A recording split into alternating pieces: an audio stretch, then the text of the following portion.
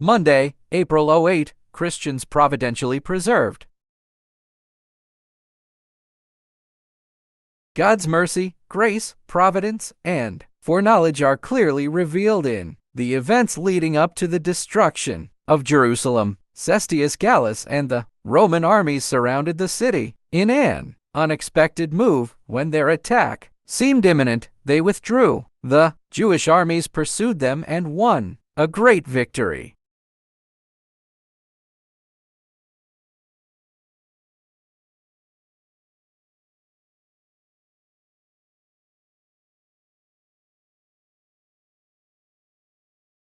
With the Romans fleeing and the Jews pursuing, the Christians in Jerusalem fled to Pella in Perea beyond the Jordan River. The promised sign had been given to the waiting Christians, and now an opportunity was offered for all who would to obey the Savior's warning. Events were so overruled that neither Jews nor Romans should hinder the flight of the Christians. Ellen G. White, The Great Controversy, p. 30.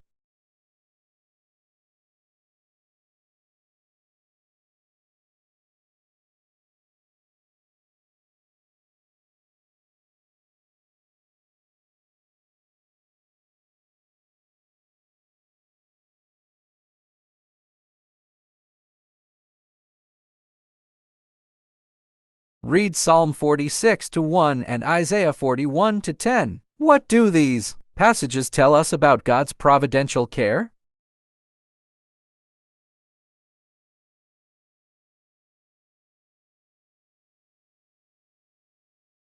God is sovereign and overrules events on earth for the ultimate accomplishment of His divine purposes. Although at times God alters His original plans based on our human choices, His ultimate plan for this planet will be fulfilled. There will be times when the people of God experience hardship, persecution, imprisonment, and death itself for the cause of Christ. But even in the most challenging of times, with Satan's most vicious attacks, God sustains and preserves His church.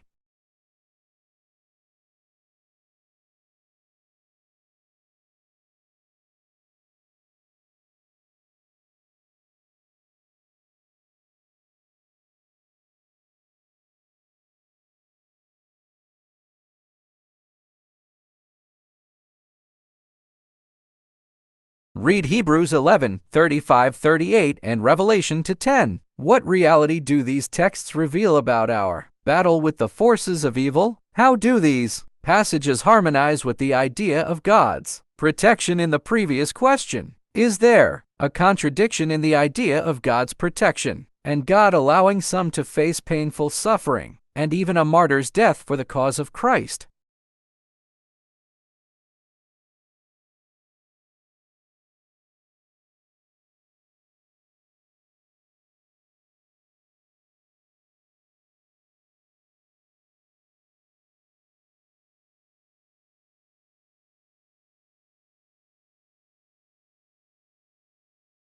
In vain were Satan's efforts to destroy the Church of Christ by violence. The great controversy in which the disciples of Jesus yielded up their lives did not cease when these faithful standard-bearers fell at their post. By defeat they conquered. God's workmen were slain, but His work went steadily forward. Ellen G. White, The Great Controversy, p. 41.